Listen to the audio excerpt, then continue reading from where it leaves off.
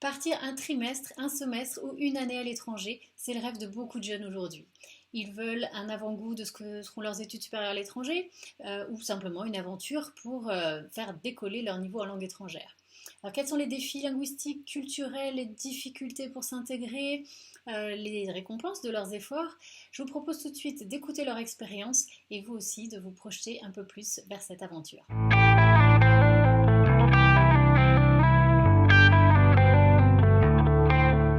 Bonjour Marie. Bonjour. Toi Marie, tu es accueillie dans une famille anglaise qui ont deux grandes filles à l'université. Tu es partie un an de fin août à début juin dans une école qui est dans une petite ville au sud-est de Londres et tu es en classe de première. En fait, j'ai fait une sorte de pause. Donc, j'ai fait ma première en France. J'ai passé mon bac de français et j'ai fait une sorte de pause où pendant une année, je suis partie ici en Angleterre. Et quand je reviendrai, je vais passer mon bac, je vais venir en terminale. Donc, en fait, j'ai redoublé. Oui, ça revient à faire deux premières, mais c'est toujours le cas quand on part un an. Ceux qui partent que quelques semaines, 3 mois par exemple, ils peuvent intégrer ce séjour dans leur année scolaire, au début ou à la fin, mais ils doivent pour ça obtenir l'accord de leur chef d'établissement qui va accepter de les réintégrer sans souci. Si ça vous semble difficile d'ailleurs d'obtenir cet accord, je précise que l'organisme par lequel tu es partie, Marie, qui est l'organisme SILC, peut solliciter un entretien avec un prof de langue ou un chef d'établissement pour leur expliquer le déroulement d'une scolarité à l'étranger, ce que ça représente, les bénéfices, etc. Autre témoignage, Yago, bonjour. Bonjour. Peux-tu te présenter rapidement? Je suis en Espagne à Séville cette année et je parle français, anglais, un peu d'allemand et j'apprends l'espagnol. Alors, en termes de scolarité, tu étais, avant de partir, depuis un an dans le système scolaire irlandais, puisque tes parents avaient déménagé là-bas. Il faut savoir que leur système en Irlande prévoit la possibilité de faire une année de transition pendant l'année qui correspond à notre seconde en France. Les jeunes peuvent se consacrer à des activités extrascolaires ou à des études en vue de leur futur métier. Donc toi, c'est parfait. Du coup, pendant cette année, tu as choisi de partir en Espagne. Alors, tu nous as dit tout à l'heure que tu parlais anglais et un peu allemand. Donc, quand as-tu commencé à apprendre l'espagnol? Au début de l'année, en septembre, quand je suis arrivé, je parlais pas du tout espagnol avant. Ok, donc ça, pour toi, c'est un gros challenge d'être venu un an en Espagne. Exactement. J'adore voyager et j'aimerais bien être bilingue, j'aimerais bien être plus mature, plus autonome. Et je retrouve tout ça ici, en fait. Grâce à cette année, je vais être tout ça, en fait. Mes parents qui m'ont toujours dit que apprendre des langues c'était très important et que dans notre monde c'était important de parler plusieurs langues et que ceux qui parlent plusieurs langues auront toujours plus de facilité à trouver du travail que ceux qui parlent seulement le français par exemple. Je vais dans une école publique à côté de la maison. On est vraiment au centre de la ville, dans une maison, ce qui est vraiment sympathique. J'y vais à pied, ça prend à peine 10 minutes le matin, ce qui est franchement bien vu que on n'a pas besoin de prendre le bus et tout ça. Je vis pas vraiment dans un quartier où il y a beaucoup de jeunes. Du coup, mes amis, ils vivent à 30 minutes de la maison à pied. Mais Séville est une ville qui est très sympathique à marcher. Du coup, marcher, c'est pas un problème. Alors en fait, mon école, en voiture, elle est à 15 minutes. Mais en bus, il faut faire un tout autre détour. Et j'en ai pour à peu près 45 minutes de bus s'il n'y a pas de bouchon. Alors, l'école ici ça dure 6h30. On commence le matin et on finit à 2h30, ce qui est assez bien vu qu'on finit tôt, vu que les Espagnols ils font souvent la sieste l'après-midi. Et par contre, ce que j'aime pas trop, c'est que les cours, ils sont pas très bien organisés. Les professeurs, en général, ils parlent pendant 20 minutes avant vraiment de commencer le cours, et ce que je trouve une perte de temps un peu.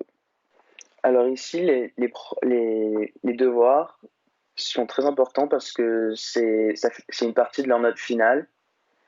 Et du coup, chaque devoir qu'ils font, ça peut faire monter leur moyenne et leur faire passer l'examen. Bah, par exemple, on n'a que 13 heures de cours par semaine. Donc en fait, on a beaucoup de temps libre.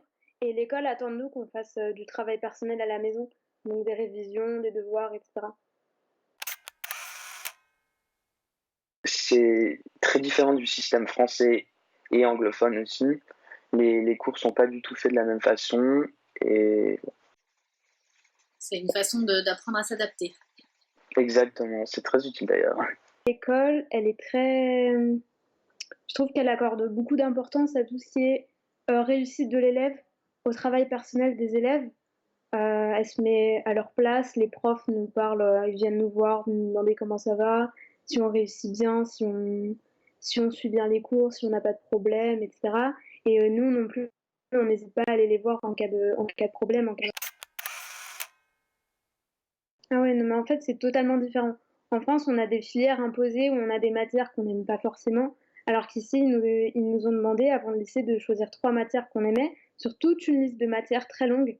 Et il y a vraiment tous les goûts, en fait. On a vraiment, on peut choisir tout. Et du coup, par rapport à tes choix de ton avenir, de ce que tu souhaites faire plus tard, ça t'a aidé, ça te donne des idées? Ok, oui. Parce que avant, tout ce qui, moi, j'aime beaucoup l'art. Tout ce qui était artistique en France, je le mettais un peu en arrière-plan. Et là, je fais vraiment des cours là-dessus. Et je pense que ça va un peu m'influencer dans mon projet professionnel. Je me vois bien travailler dans l'art, faire des études artistiques, etc. Le programme il m'a été imposé et après j'ai seulement pu choisir de faire théâtre en espagnol. J'ai fait théâtre en anglais aussi vu que ça me faisait... je comprends l'anglais et c'était plus facile. Et voilà. Les premiers mois, ça a été dur. Au début, je parlais seulement en anglais. Et après, au fur et à mesure, j'ai essayé de mettre des mots en espagnol dans chacune de mes phrases, en mélangeant avec l'anglais, jusqu'au moment où maintenant, j'arrive souvent à faire des phrases en espagnol. Et dès que je ne sais pas, je demande comment on dit ce mot en espagnol et je le mets dans la phrase après. Bon, bah, les premiers mois, c'était un peu difficile parce que je parlais pas tout le temps anglais et je comprenais pas forcément les gens qui habitent ici parce qu'ils parlent vite. Ils ont une intonation de voix qui est pas celle qu'on apprend dans nos cours d'anglais en France, quoi. Donc en fait, moi, je pensais que les gens parlaient comme mon prof d'anglais me parlait en France, sauf que pas du tout. Donc forcément, ça m'a un peu déstabilisée. Et après, bien sûr, les difficultés pour s'intégrer, parce qu'on parle pas la langue, parce qu'on n'ose pas trop parler, s'ouvrir aux gens, c'est un peu difficile. Mais là, ça va mieux. C'est vraiment que les premiers mois les plus difficiles et après, c'est les seules astuces que je peux donner, c'est regarder des films en anglais. Vraiment, tout le monde le dit, mais il faut vraiment le faire parce que ça améliore tellement l'accent et on comprend plus facilement les gens. Après, ce qu'il faudrait faire aussi, c'est apprendre, enfin, c'est le vocabulaire aussi.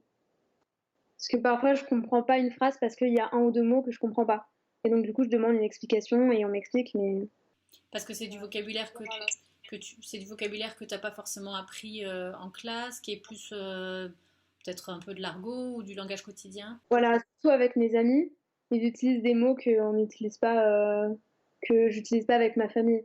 Donc parfois ils prennent du temps pour me faire une petite liste de jeunes, et donc maintenant je les comprends.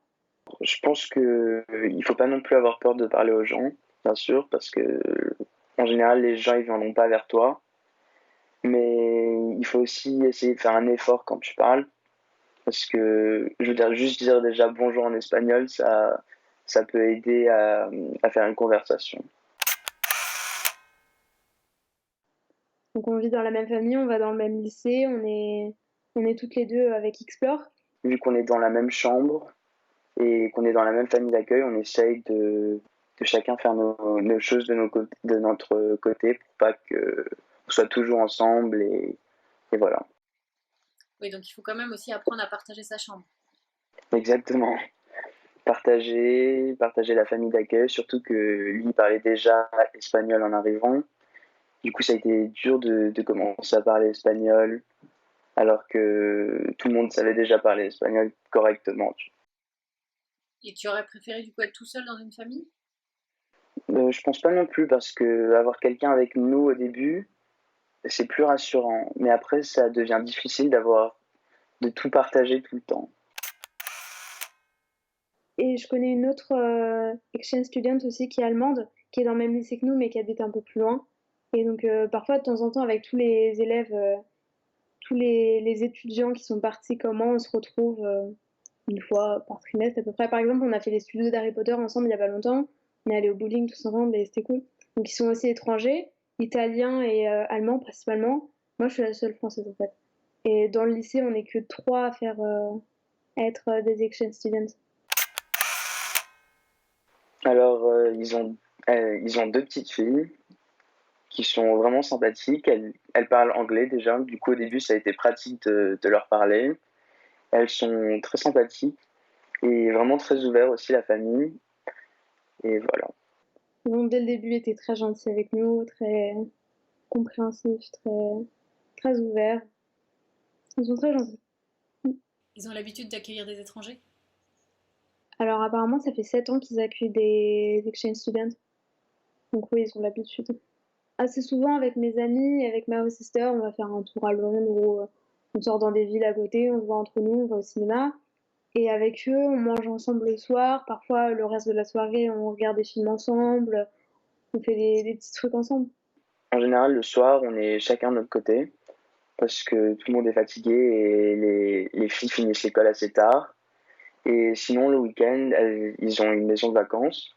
Du coup, souvent, on va à la maison de vacances pendant le week-end avec les chiens et tout ça. Et sinon, des fois, on va aussi regarder des compétitions d'aviron parce qu'ils font tous de l'aviron dans la famille. Non, ce qui est différent avec l'Espagne, surtout, c'est les horaires où on mange. Parce qu'en général, on mange vers. L'école finit déjà à 14h30, du coup, avant ça, on mange pas. Du coup, des fois, on mange à 15h30, ce qui est tard pour moi. Et le soir, on dîne tôt pour les Espagnols vers 21h30 parce que les filles ont école le lendemain. Ouais, donc vous vous couchez assez tard. L'école commence à quelle heure? L'école commence à 8h. C'était à peu près pareil. Alors d'ailleurs, la nourriture, c'est très bon, hein. Il y a tout le monde qui me pose la question. Quand je suis rentrée, alors l'Angleterre, est-ce que vous mangez bien? Oui, oui, on mange très bien. Ma maman d'accueil nous fait des très bons repas tous les soirs et le week-end, on se débrouille un peu, mais on mange très bien. J'ai pas trouvé de très grandes différences culturelles, à part le fait qu'on mange tôt. On mange dans les 18h, 19h. Donc parfois, quand je finis à 16h, je mets à peu près 2 heures pour rentrer et quand je rentre, je mange, quoi. Donc c'est un peu déstabilisant parce qu'en France, c'est pas du tout pareil. Mais c'est un peu la seule grosse différence que j'ai vue. J'aimerais bien avoir des conversations sur n'importe quoi en espagnol. Et maintenant, c'est seulement sur des choses basiques encore que je peux avoir des conversations. Du coup, à la fin de l'année, j'aimerais vraiment pouvoir parler de vraiment n'importe quoi en espagnol. Et pour ça, il te faut pas mal de vocabulaire. Est-ce que en parallèle des conversations que tu as et de l'école, est-ce que tu as des outils pour t'aider à apprendre du vocabulaire ou... Alors, en dehors de l'école, je fais des cours d'espagnol en plus, parce que vu qu'à l'école, on nous aide pas non plus beaucoup pour s'améliorer en espagnol, je fais les cours en plus pour m'aider à faire ce qu'on fait pas à l'école en fait. Voilà. Parce qu'au tout début de l'année, quand mes amis parlaient, je comprenais vraiment pas. Enfin, je comprenais, mais pas tout le temps. Et en fait, j'ai quelques amis qui ont appris le français au lycée ou au collège avant. Donc parfois, quand il y a des mots que je comprenais pas, ils essayaient de me les traduire en français ou ils essayaient d'expliquer un peu avec des mots faciles. Là, ça va un peu mieux. Enfin, ça va même beaucoup mieux. Tout le monde m'a dit que j'ai fait des efforts. Ma famille d'accueil m'a dit que que j'ai fait des progrès. Mes amis me disent que j'ai fait beaucoup de progrès. Donc, c'est bien. Et moi, je trouve que j'ai fait beaucoup de progrès. Et du coup, tu t'étais quand même un peu préparé en essayant d'apprendre un peu l'espagnol ou non? Euh, je- Pas vraiment, non. Je me suis dit, dès que j'arrive en Espagne, je travaillerai pour apprendre l'espagnol. Et avant, j'avais mes examens de l'autre côté, je me concentrais sur l'école irlandaise. C'est bien, tu aimes l'aventure. Mais je l'ai pas regretté en tout cas. Maintenant, au début, ça a été dur, mais maintenant, je m'habitue de plus en plus à la langue et je suis content de mes improvements. De tes progrès.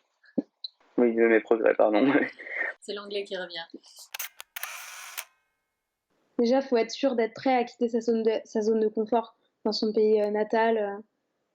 Peu importe la relation qu'on a avec notre famille, avec nos amis, etc. On va se retrouver seul dans un pays qu'on connaît pas, une culture différente, une langue différente. Il faut être sûr d'être partant à quitter sa zone de confort, en fait. Et après, si on est prêt à ça, on peut tout faire. un trimestre, c'est pas assez long en fait. Parce que pendant ce trimestre, on va juste avoir beaucoup de mal à s'exprimer. Et forcément, à la fin de ce trimestre, on va dire bon bah, j'ai eu du mal quoi. J'ai eu du mal voilà, à m'habituer à cette nouvelle vie, à parler la langue correctement, etc. Alors qu'en fait, c'est au bout de 3 mois que les efforts commencent vraiment à se voir en fait. Donc en fait, si on part que 3 mois, je pense qu'on va retenir un peu des choses plus négatives que si on partait 1 an. Un trimestre, c'est pas assez long pour apprendre l'espagnol si on part vraiment de rien. Et même si on part déjà de quelque chose, après un trimestre, on parle, mais on l'oubliera certainement très rapidement. Je suis au téléphone à peu près une fois par semaine, pareil pour mes amis. Et je suis rentrée à Noël pour les vacances, pour fêter Noël avec ma famille, le Nouvel An, etc. Et je vais revenir en avril, les vacances d'avril, 2 semaines. Et après, je reviendrai en juin. Mais sinon, ils comptent venir ils sont déjà venus me voir en octobre. Mes parents sont venus me voir en octobre avec ma sœur. Et ils comptent revenir une autre fois en mars, je crois. Et peut-être en mai pour mon anniversaire. En général, avec mes parents, on s'appelle une fois tous les 3 jours environ parce que tous les jours on n'a pas le temps, on a chacun nos choses à faire de notre côté. Mais avec mes amis, j'ai trouvé qu'on parlait de moins en moins. Mais on essaie toujours de s'envoyer des messages de temps en temps pour parler, pour savoir comment ça va et tout ça. Je pense que oui, parce qu'il faut apprendre à se gérer. Je veux dire, maintenant, il y a plus personne qui te fait la machine à la place, la machine à laver. Ou quand on va aller faire un truc, c'est nous qui devons nous renseigner pour le faire parce qu'il y a pas maman et papa qui vont le faire pour nous. Et après, il faut aussi apprendre à gérer à l'heure où on rentre, savoir quand il faut se coucher aussi pour pas être fatigué le lendemain et tout ça. Par exemple, être plus autonome, être plus mature, être plus confiant avec la langue, au fait de s'ouvrir à une nouvelle culture, à de nouvelles personnes. Euh, ouais, c'est ça, en fait, on revient plus sociable, plus ouvert aux gens, plus... Je trouve que c'est avec des expériences comme ça qu'on est plus ouvert à la différence, en fait. Merci beaucoup Marie pour ton témoignage. De rien, au revoir. Yago, merci pour ce partage d'expérience et bonne continuation jusqu'en juin. Merci beaucoup à vous aussi. Alors Marie et Yago sont partis avec l'aide de l'organisme Silk. Sachez que nous avons publié d'autres témoignages sur le blog Devenir Bilingue et aussi un article récapitulatif sur ces séjours en immersion en école à l'étranger. N'hésitez pas à les consulter, je vous mets le lien dans le descriptif et à la fin de la vidéo. Vous pouvez poser vos questions soit en commentaire d'ailleurs de cette vidéo, soit sur le blog. On essaie toujours d'y répondre. Et puis abonnez-vous à la chaîne pour ne pas manquer les prochains partages d'expériences. À bientôt!